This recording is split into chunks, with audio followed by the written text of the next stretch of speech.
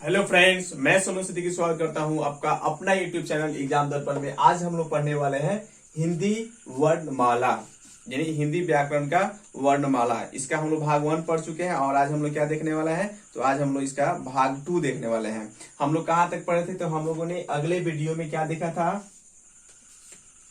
अगले वीडियो में वर्णमाला जो आपका चैप्टर है वर्णमाला, इसका भाग 1 में हम लोगों ने क्या देखा था। भाग 1 में हम लोगों ने देखा था कि हिंदी वर्णमाला में वर्णों की संख्या कितनी है होती है, यानी हिंदी वर्णमाला में कुल वर्णों की संख्या कितनी होती है। तो हिंदी वर्णमाला में कुल वर्णों की संख्या हम आपको बताए थे कि 52 होती है। उसमें आपको ये बताया गया था कि स्वर की संख्या कितनी होती है बाबू। तो स्वर की संख्या आप लोग बता सकते हैं, स्वर की संख्या कितनी होती है, बताए थे जी 11 होती है। ठीक है, उसमें ये भी बताया गया था अयोगवाह की संख्या कितनी होती है। तो अयोगवाह को बारे में क्या बताए थे हम लोग, अयोगवाह की संख्या 2 होती है। तो हम लोग सब लोग ये जानते हैं कि इसमें यानी स्वरों की संख्या 11 होती है, अयोगवाह की संख्या 2 होती है। उसके बाद स्पर्श व्यंजन की संख्या बताए थे। स्पर्श व्यंजन की संख्या कितनी होती है, तो स्पर्श व्यंजन की संख्या 25 होती है। ये हमने क्या किया था, पहले वीडियो में पढ़ चुका था। ठीक है, शायद ये भी हम जान चुके थे कि यानी स्वर वर्ण को किन किन आधारों पे बांटकर पढ़ा जा सकता है, यानी स्वर वर्ण को किन किन आधारों पे बांटा जा सकता है। तो हम लोगों ने क्या पढ़ा था, स्वर वर्ण को 2 आधारों पे बांटकर पढ़ सकते हैं। ठीक है, पहला आपका क्या होगा, यानी उच्चारण में लगने वाले समय के आधार पर। दूसरा हमने क्या पढ़ा था, जाति के आधार पर। तो शायद हम ये केवल यही बताए थे कि उच्चारण में लगने वाले समय के आधार पर स्वर वर्णों को कितने भागों में बांटा गया है।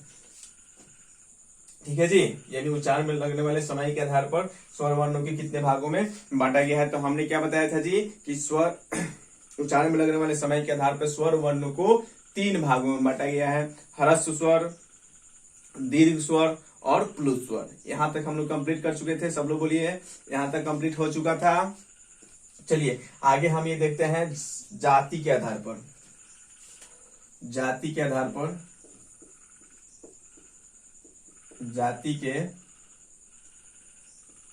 आधार पर स्वर वर्ण, जाति के आधार पर स्वर वर्ण को कितने भागों में बांटा गया है।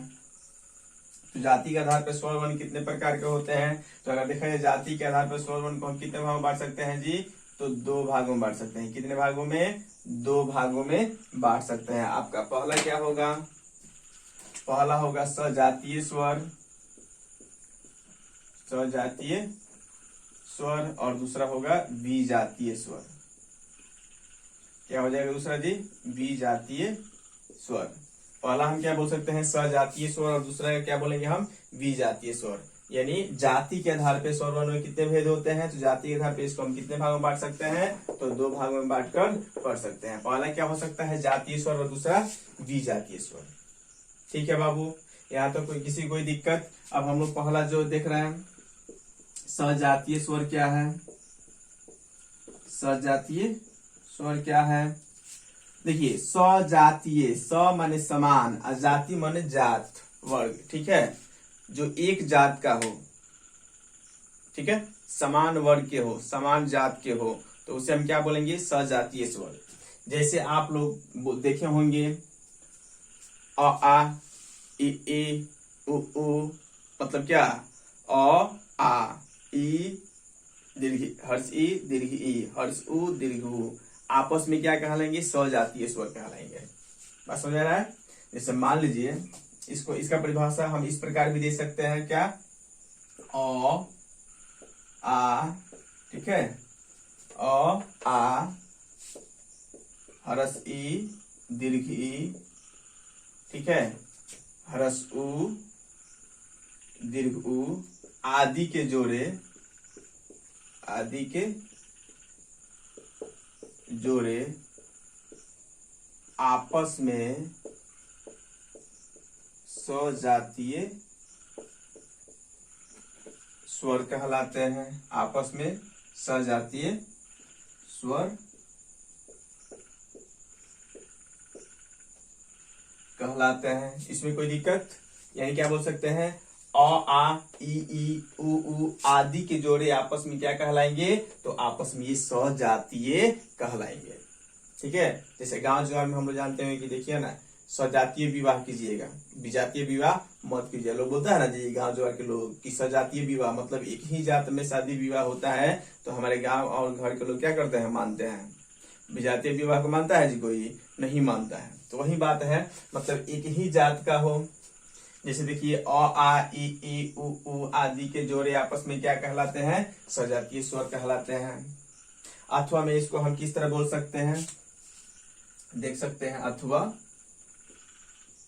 इसका दूसरा परिभाषा क्या हो जाएगा? क्या हो सकता है जी? वैसे स्वर जो एक ही उच्चारण ढंग से उच्चारित होते हो। क्या बोल सकते हैं? वैसे स्वर जो एक ही उच्चारण ढंग से उच्चारित होते हो, उसे हम क्या बोलेंगे? देख सकते हैं,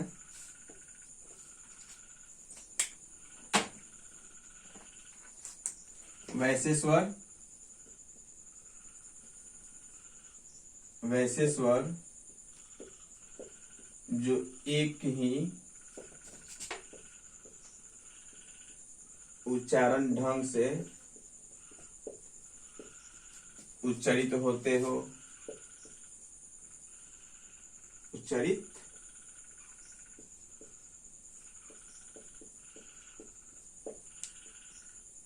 होते हो, उसे क्या कहा जा सकता है?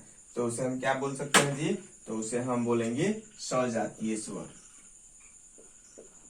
उसे सजातीय स्वर कहते हैं। जैसे आप लोग बोलकर देखिए, वैसे स्वर जो एक ही उच्चारण ढंग से क्या हो? उच्चारित हो। जैसे देखिएगा, हम अ आ बोलेंगे तो इसमें ज्यादा हमारे मुंह के हाव भाव में कोई परिवर्तन नहीं होगा। जैसे अ आ ई उ देख रहे हैं ना। लेकिन हम बोलेंगे अ ई, देख रहे हैं, अ ई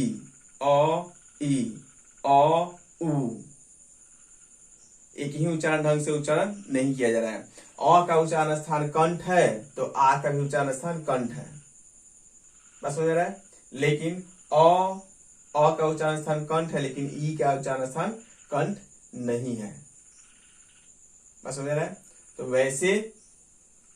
वैसे स्वर जो एक ही उच्चारण ढंग से क्या हो? उच्चारित हो। ये एक ही उच्चारण ढंग से अ और ये एक ही उच्चारण ढंग से उच्चारित नहीं हो रहे हैं। बस समझ रहा है। वैसे स्वर जो एक ही उच्चारण ढंग से उच्चारित हो, उसे हम क्या कहेंगे? सजातीय स्वर। और वैसे स्वर जो एक ही उच्चारण ढंग से उच्चारित नहीं होते, उससे हम क्या बोलेंगे? विजातीय स्वर। ठीक है, तो यहाँ पर स्पष्ट रूप से आपको समझ में आ गया होगा सजातीय स्वर क्या है। तो अ आ ई उ आदि के जोड़े आपस में क्या कहलाएंगे? सजातीय स्वर कहलाएंगे। और वहीं दूसरे रूप में इसको हम किस तरह बोल सकते हैं? तो वैसे स्वर जो एक ही उच्चारण ढंग से उच्चारित हो। वैसे स्वर जो एक ही उच्चारण ढंग से उच्चारित हो, तो उसे हम क्या बोल सकते हैं जी? तो सजातीय स्वर। क्या कहेंगे बाबू? बोलिए, सजातीय स्वर। कोई दिक्कत यहाँ तक? कोई दिक्कत किसी को? कोई दिक्कत है बाबू किसी को? चलिए दूसरा क्या है इसको देख लेते हैं। दूसरा है आपका विजातीय स्वर। क्या है? विजातीय स्वर। तो इसमें क्या होगा? अब भाई अ आ एक संग रोलन सनु ये जात के, अब एक क्या कर जाई? एगो हेमे से मिला के लिख दो। कुछ नहीं करना है। क्या करना है? एगो इसमें से मिला क्या कर देना है? दोनों को मिलाकर लिख देना है। तो ये विजातीय हो जाएगा। एगो अ वाला जात का, एगो ई वाला जात का, दोनों को एक साथ मिल जाएंगे तो ये हो जाएगा विजातीय।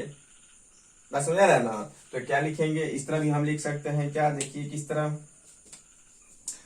अ ई आ दीर्घ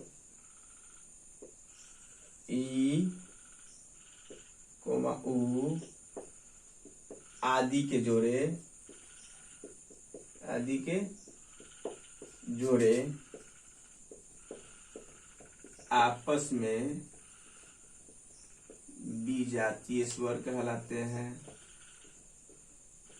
आपस में विजातीय स्वर कहलाते हैं। कोई दिक्कत? क्या होगा इसमें? अ ई आ ई उ आदि के जोड़े आपस में क्या कहलाएंगे? विजातीय स्वर कहलाएंगे। आपकी मर्जी, आप चाहे तो इस प्रकार से भी इसका परिभाषा दे सकते हैं, या आप चाहे तो दूसरी तरह से भी इसका परिभाषा क्या कर सकते हैं? दे सकते हैं। जैसे अथवा में हम क्या बोल सकते हैं जी? अथवा में बोल सकते हैं वैसे स्वर जिनका उच्चारण, वैसे स्वर जो अलग अलग उच्चारण स्थान से क्या होते हैं? उच्चारण ढंग से उच्चारित होते हैं। वैसे स्वर जो अलग अलग उच्चारण ढंग से उच्चारित हो, इस तरह बोल सकते हैं। वैसे स्वर जो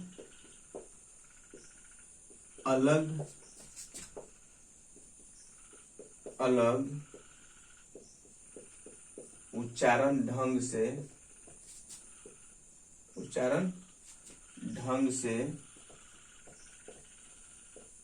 उच्चारित हो,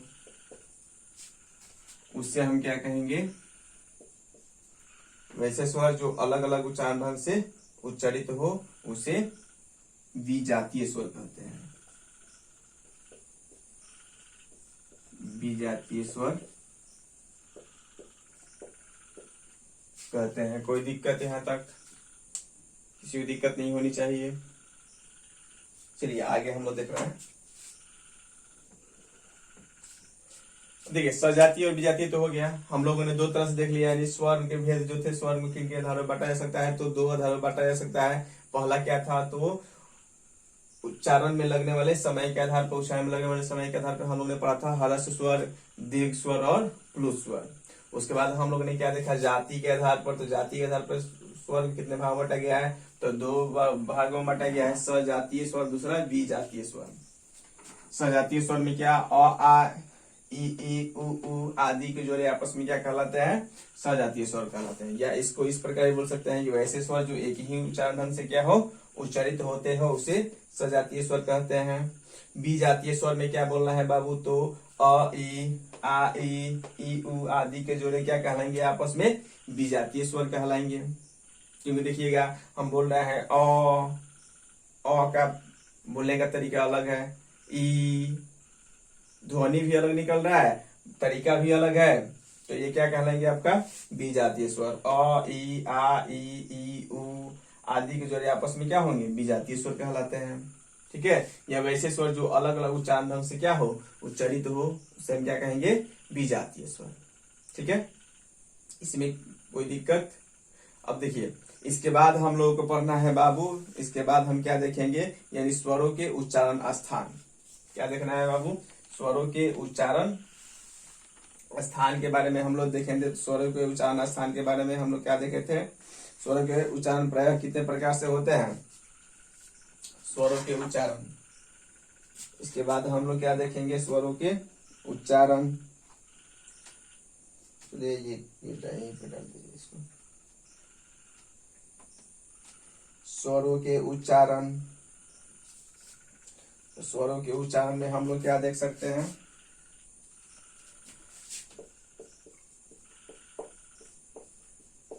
स्वरों के उच्चारण। अगला टॉपिक क्या? अगला हेडिंग क्या दीजिएगा? तो अगला हेडिंग डालिएगा स्वरों के उच्चारण।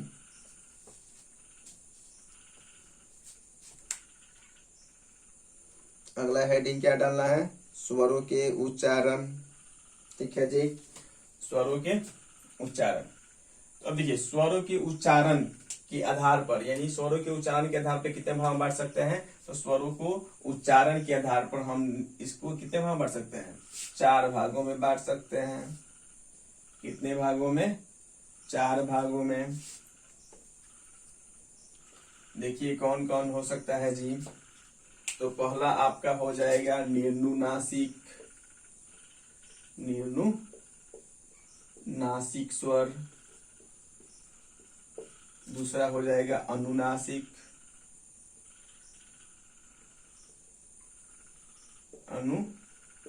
अनुनासिक स्वर। और तीसरा हो जाएगा निम्नासिक अनुनासिक सानुस्वार, सानुस्वार स्वर। और चौथा हो जाएगा विसर्ग युक्त। विसर्ग युक्त। क्या क्या हो जाएंगे जी? स्वरों के उच्चारण के आधार पर यानी कितने भाग में बांट सकते हैं हम इसको? तो 4 भागों में बांट सकते हैं। क्या क्या? निर्नुनासिक, अनुनासिक, सानुस्वर और विसर्ग युक्त। क्या क्या जी? निर्नुनासिक, दूसरा हो जाएगा आपका अनुनासिक, तीसरा क्या होगा? तीसरा हो जाएगा आपका सानुस्वर और चौथा हो जाएगा आपका विसर्ग युक्त। कोई दिक्कत? अब हम एक एक करके देख ले रहे हैं। पहला क्या है जी? पहला है निर्नुनासिक। निर्नुनासिक।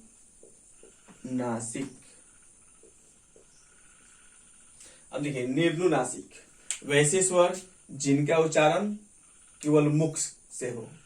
क्या बोलना है? वैसे स्वर जिनका उच्चारण मुख से हो उसे हम क्या कहेंगे? तो निर्नुनासिक। है कोई दिक्कत इसमें?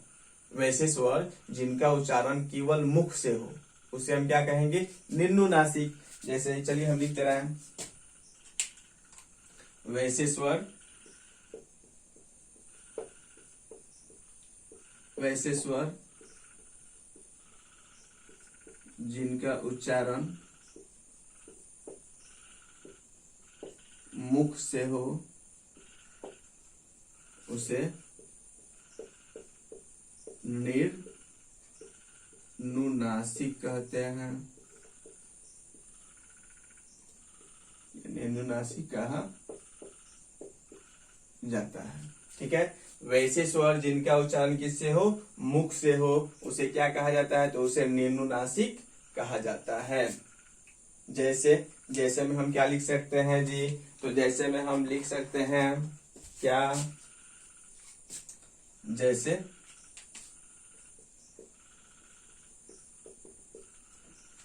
जैसे आप देख सकते हैं अ, आ, हर्ष ई, दीर्घ ई, हर्ष उ, दीर्घ उ, मतलब ये सभी हो सकते हैं। आप ये आदि भी कर सकते हैं। ए, ऐ, ओ, औ। ठीक है?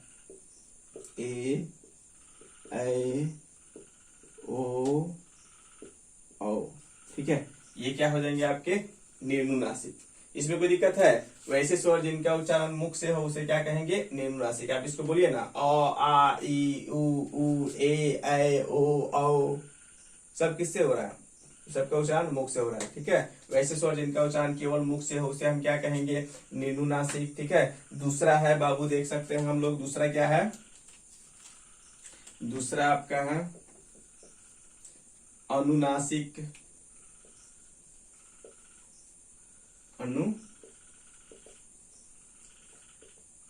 अनुनासिक।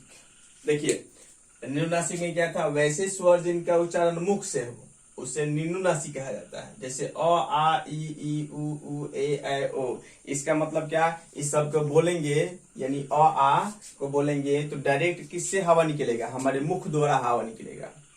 जो वायु निकलेगा वो किससे निकलेगा? मुख से निकलेगा। इसमें नाक से वायु नहीं निकलता है। स्पष्ट रूप से हम बोल सकते हैं कि जिनका उच्चारण मुख से होता है उसमें नाक से वायु की मात्रा नहीं निकलती है। लेकिन अगर जिसमें से जिसके उच्चारण में नाक और मुख दोनों का सहयोग होता है उसमें से नाक से भी हवा निकलता है और मुख से भी वायु निकलती है, यानी दोनों ही परिस्थितियों में वायु निकलती है। तो अनुनासिक में क्या होगा? वैसे वर्ण, वैसे स्वर जिनके उच्चारण में नाक और मुख दोनों की आवश्यकता होती है, यानी नाक और मुख की सहायता से उच्चारित होते हैं। यदि स्वरों का उच्चारण मुख और नाक, ठीक है, से किया जाता है, यदि क्या बोल सकते हैं? यदि स्वरों का उच्चारण, यदि स्वरों का उच्चारण नाक एवं मुख से किया जाता है, नाक एवं मुख से किया जाता है और इसमें कोमलता होती है, किया जाता है और इसमें क्या होती है? इसमें कोमलता होती है, तो उसे हम क्या कहेंगे? देखिए यदि स्वरों का उच्चारण नाक एवं मुख से होता है और इसमें क्या होगी, कोमलता होती है, तो उसे अनुनासिक कहते हैं। अनुनासिक कहते हैं। कोई दिक्कत? जैसे में क्या होगा, जैसे में हम देख सकते हैं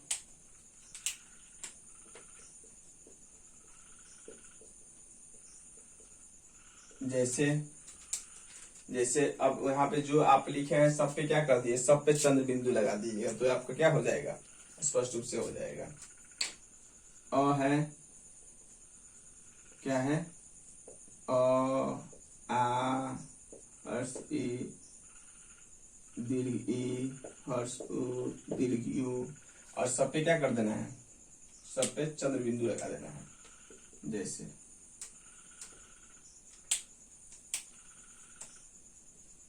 सब पे चंद्र बिंदु,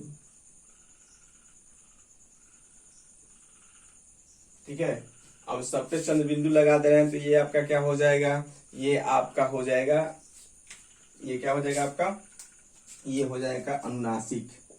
ए भी लिख सकते हैं, ए भी लिख सकते हैं, ओ भी लिख सकते हैं, औ भी लिख सकते हैं, लेकिन सब पे क्या होगा, चंद्र बिंदु। क्या होगा जी, चंद्र बिंदु। तो सब पे क्या होगा, चंद्र बिंदु। जैसे हम लोग बोलते हैं ऊंट, ऊंट बोले तो ऊंट में नाक से हल्का सा हवा निकलता है, ठीक है, लेकिन इसमें क्या होती है, कोमलता होती है। जैसे हम लोग बोलते हैं श्रृंगार, श्रृंगार, तो श्रृंगार में हल्का सा नाक से हवा निकलता है, लेकिन इसमें कठोरता नहीं होती है, बल्कि क्या होती है, कोमलता होती है। लेकिन वही बोलेंगे हम लोग अंग, तो देखिए अंग, अंग, अंग, इसमें क्या होगा, इसमें कठोरता, ये क्या होते हैं, कठोर होते हैं, इसमें कठोरता होती है। हम बोलेंगे अंगद, क्या बोलेंगे, अगर अंगद, तो अंगद बोलते हैं तो इसमें भी क्या होगी, कठोरता होगी। लेकिन यहाँ पे बोला है ऊंट, ऊंट, ऊंट, हल्का सा नाक से हवा निकलेगा और इसमें क्या होगी, कोमलता होगी, तो इसे हम क्या बोलेंगे, देखिए हल्का सा नाक से हवा निकलेगा और उसको कोमलता होगी, नाक और मुख दोनों का उपयोग होगा, तो उसको हम क्या बोलेंगे, अनुनासिक। यदि स्वरों का उच्चारण नाक एवं मुख से किया जाता है और इसमें क्या होती हो, कोमलता होती हो, तो इसे हम क्या कहेंगे, अनुनासिक। और यदि स्वरों का उच्चारण किससे किया जाए, यदि स्वरों का उच्चारण नाक से हो परंतु इसमें क्या हो, कठोरता हो, तो उसे हम क्या कहेंगे, सानुस्वार कहते हैं, ठीक है।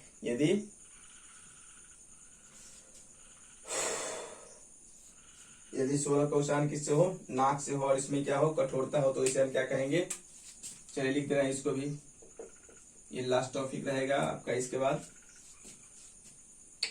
सानुस्वार,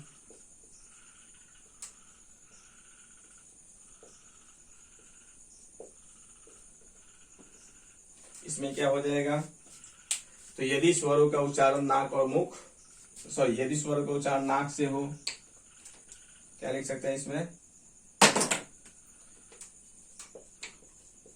यदि स्वरों का उच्चारण नाक से हो, नाक से हो और इसमें क्या हो, कठोरता हो, और इसमें कठोरता हो,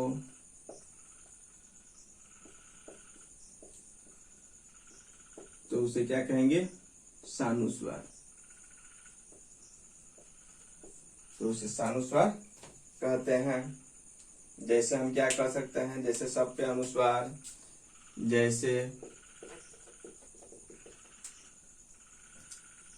जैसे आप देख सकते हैं अंग, अंगद आदि, यानी सब पे, जैसे यहाँ पे चंद्र बिंदु लगा था ना, यहाँ पे केवल बिंदु हो जाएगा। और देखिए अनुनासिक में भी जैसे मे हो गया, इसमें क्या हो गया, मे हो गया, तो मे हो गया, तो आप बोलिए कि इस पर भी मे है, तो ये आपका क्या होगा, सानुस्वार होगा कि अनुनासिक होता है, ये होगा आपका अनुनासिक। क्योंकि मे में क्या होता है कि बहुत से व्याकरण के द्वारा क्या किया गया, व्याकरण के द्वारा कि सुंदर दिखने के लिए, जैसे है हो गया, तो है में भी जोड़ नहीं लगता है, यानी इसमें भी कोमलता होती है। तो हमें यही बता दिए कि जिसमें कोमलता होगी है भी है, तो इसमें कोमलता है तो अनुनासिक हो जाएगा। मतलब चंद्रबिंदु यहाँ पे लिखिएगा तो गलत नहीं होगा, सही होगा, लेकिन इसको सुंदर दिखने के लिए चंद्र को हटा दिया, केवल बिंदु लिख दिया जाता है। लेकिन उच्चारण से आपको मालूम चल जाएगा कि किसमें कौन सानुस्वार है और कौन अनुनासिक है। ठीक है, अगला जो एक रह गया है विसर्ग युक्त, इसको देख लेते हैं हम लोग। विसर्ग युक्त चौथा है विसर्ग युक्त। विसर्ग युक्त क्या दे रहा है? विसर्ग युक्त दिखाई दे रहा है। अगला है क्या आपका विसर्ग युक्त। चलिए इसको हम ऊपर नोट करते हैं।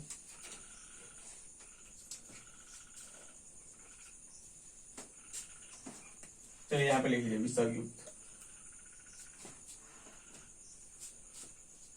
यहाँ पे दिखाई दे रहा होगा।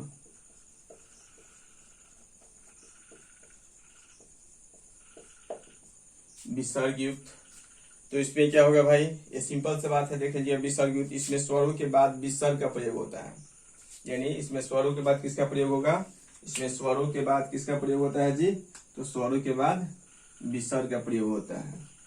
चौथा डायरेक्ट बोल सकते हैं, इसमें स्वरों के बाद विसर्ग का प्रयोग होता है। विसर्ग का प्रयोग होता है, उसे हम क्या कहते हैं? विसर्ग युक्त। और ये हकार की ध्वनि उत्पन्न होती है, विसर्ग युक्त कहते हैं। जैसे आप लोग शब्द जैसे, और इसमें अधिकतर शब्द क्या होते हैं? वो संस्कृत के होते हैं। जैसे अतः, प्रातः, स्वतः, जैसे शब्द बहुत सारा होता है ना जी। जैसे यहाँ पे लिख सकते हैं क्या क्या, जैसे प्रातः। अब देखिए त किस सब का संधि विच्छेद कीजिए, त जोड़ अ बराबर होता है पूरा त। तो देखिए यहाँ पर अ के बाद क्या है? विसर्ग आ रहा है ना जी। तो इस स्वरों के बाद क्या आता है? विसर्ग आता है। तो हम उसे क्या कहेंगे? विसर्ग युक्त। इसका मतलब क्या हो गया? प्रातः हो गया, स्वतः हो गया, ठीक है, अतः हो गया, ये प्रातः हो गया, अतः हो गया, ये सब क्या होंगे? विसर्ग युक्त। चलिए आज हम इतना ही रहने देते हैं, क्योंकि टाइम काफी ज्यादा हो गया है, लगभग 2-2:30 बज रहा है। ठीक है, और हिस्ट्री का वीडियो बनाते बनाते काफी देर हो गया। हमने सोचा कि हिंदी का मतलब आधा घंटा का वीडियो बना दिया जाए, ताकि आप लोगों को एक आज अपलोड किए गए और फिर कल मतलब लगातार आपको वीडियो मिलती रहे। हम आप लोगों के लिए इतना मेहनत कर रहे हैं। आप लोगों से बस यही उम्मीद है, अगर वीडियो ठीक लग रहा है भाई, तो आप लोग क्या कीजिए, वीडियो को शेयर कीजिए, लाइक कीजिए, और जहां तक हो सके उसको सब्सक्राइब कीजिए और बेल आइकन की घंटी को बजाइए। ओके, गुड बाय, जय हिंद।